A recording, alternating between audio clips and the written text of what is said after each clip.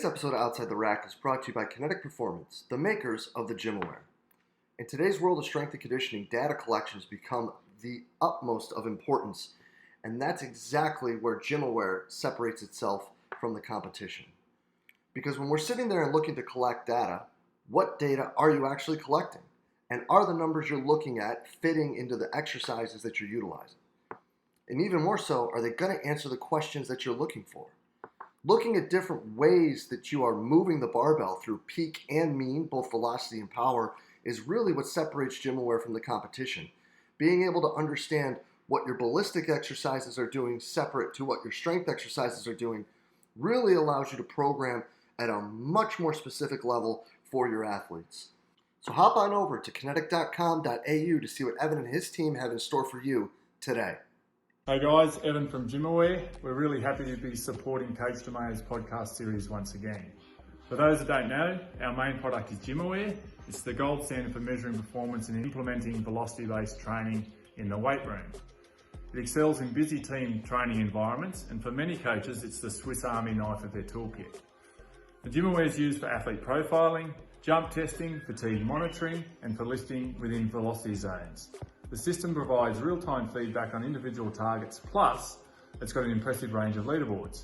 Now, for those that are after a VBT device that's affordable, for the individual and for smaller groups, we recently released our new laser-based product, Flex. Importantly, it's been independently validated and proven to be both accurate and reliable. So if you're interested in either product, or you want to learn more about the velocity-based training and how it can help you as a coach, check out our website or contact us directly.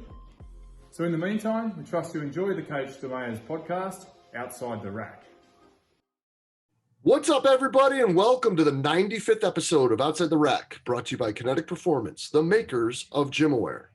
In this show, we're just going to try to dive a little deeper in the minds of the top practitioners in the world of sport performance to learn a little bit more about who they actually are and how they got to where they are today. Today, we are joined by the Assistant Director of Athletics for Sport Performance at at St. Louis University, Robb Hornett. Rob, man, thanks for being with us today. Thanks, Jay. Excited to be on. Yeah, man. Appreciate talking to you. This time it's not at half court, so it's nice.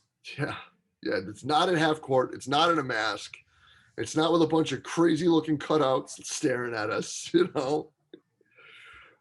But nah, man, I'm glad we get to catch up here. I'm glad things are good. But before we get too far into it, buddy, who is Rob? Yeah, I know we talked previously and we talk all the time, but I'm a pretty boring guy. I'm a guy who comes home after work, walks his dog with his wife, and tries to zone out when he's away from the office a little bit. But yeah, I'm a pretty boring dude. Youngest of three brothers originally from Indianapolis, Indiana, and kind of been a gypsy in this field. Moving all over the country, but yeah, boring dude who walks his dog and hangs out with his wife. So that's about it. Majority of strength coaches are pretty similar to that, I would expect. Yeah, I don't know whether I should feel like a sense of camaraderie to that statement or if I should be insulted. Yeah, because that sounds pretty good to me. Yeah. I mean, I don't know. What are you doing? I'm going to go home and, the two of us are going to walk the dog and then just nothing. Like that sounds pretty darn great. I don't know. Yeah. Like, shoot.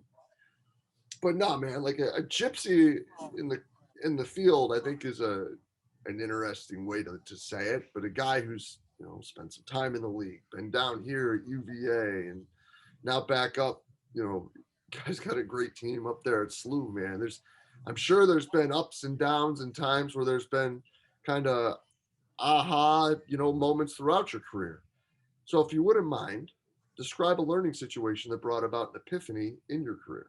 Yeah, I think first early in my career, I was under a guy named Stephen Underwood. He's at Exos now, and first thing he taught me is really how to filter information. So see what is good information coming into the field, and decipher for yourself, is it something that I can use in my programming, or is it some BS that's not going to help my athletes? So I say the same thing to my staff all the time: is the juice worth the squeeze? So that's a big thing. Like, what you're doing going to help your program and your athletes? If it's not, you're probably wasting your time. So that's one big thing that I kind of go with. And then the other thing I talk about after my time With the Pacers, I worked at Exos in the special forces unit, and I had to talk to generals and people that were way above my pay grade all the time. It was easy to sell them. And then I went to UVA and had to deal with sports coach and have those interactions daily with them. And my time with Mike Curtis and being able to learn to sell yourself and your program to your coaches. So I think I never wanted to be in sales, but you're in sales in life, and being able to sell what you want to do with a coach is the big thing that kind of taught me, like, I can still do what I want to do, but I have to verb it in a way that the coach is going to like what I'm doing. When I first got here, Travis wanted to run miles times. I was like, well, that's probably not the best idea, and here's why. So being able to sell what you want to do for your program and get what you want done, still that's making it the coach's way a little bit, but also your way. So I think being able to sell is the big thing that I learned a lot from my time with Mike, and being able to sell what you want to do and why you want to do the things you want to do in a program. You wanted the guys that he brings in to run miles? Originally, yeah. And he's open to it. So you just same thing, being able to sell what you want to do, but yeah, mile times for summer. Yeah. But he's all on board. So just you have to talk him through the way you want to do things and why we're doing it, and how it's applicable to the sport you're actually playing. Right. Now, so for those of you that are curious as to why my reaction was that way, I would like you to go to YouTube or something, or ESPN Plus, and watch them play a game this past season. They don't look like runners. Yeah. No.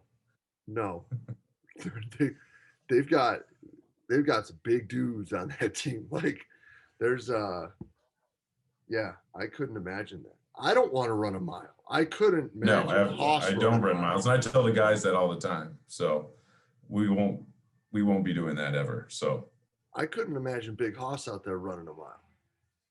No, he wouldn't have done it when I first got here either. So. Yeah, that wouldn't happen.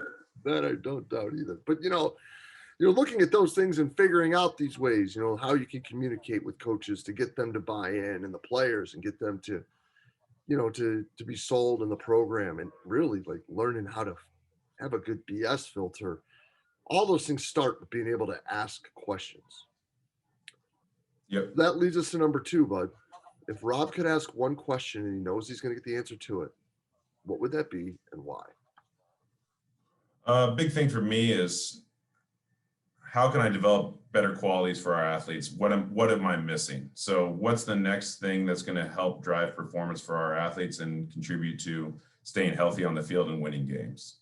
So whatever I can find, what's going to be the new trend, if it's going to work, is that BS filter going to filter it out? What's going to be the next trend that's going to help evolve our field?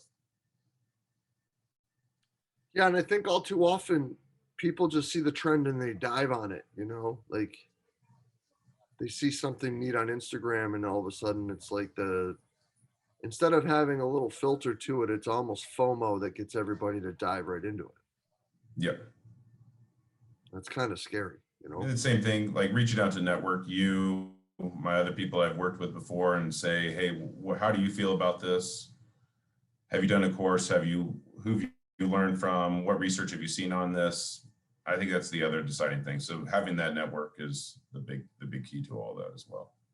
Yeah, man, of course. And I think though, with that constant desire to expand and learn and grow and bring in the good and block out the bad, it's a lot added into, you being an AD, and then having also, the responsibility of one of the top programs in the country. So at some point, Rob's got to come back to neutral. So what's your escape, bro?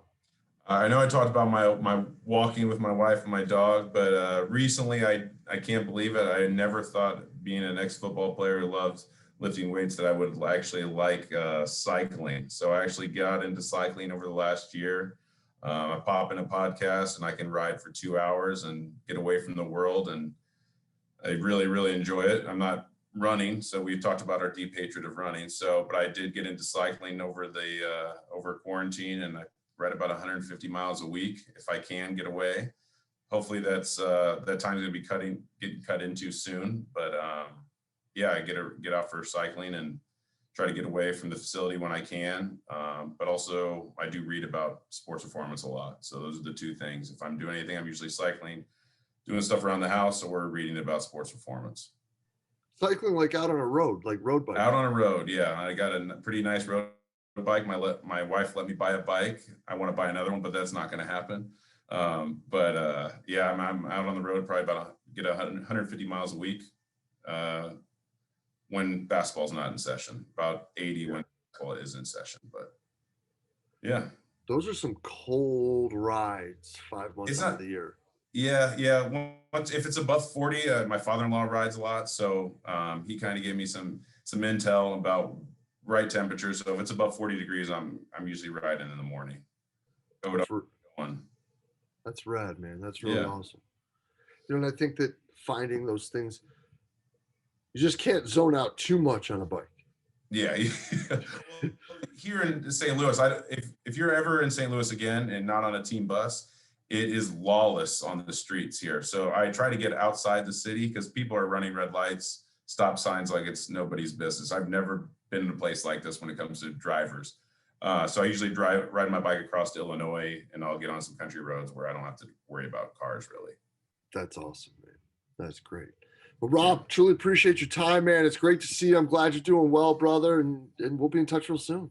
Absolutely. Thanks, Jay. Yeah, man. Cheers.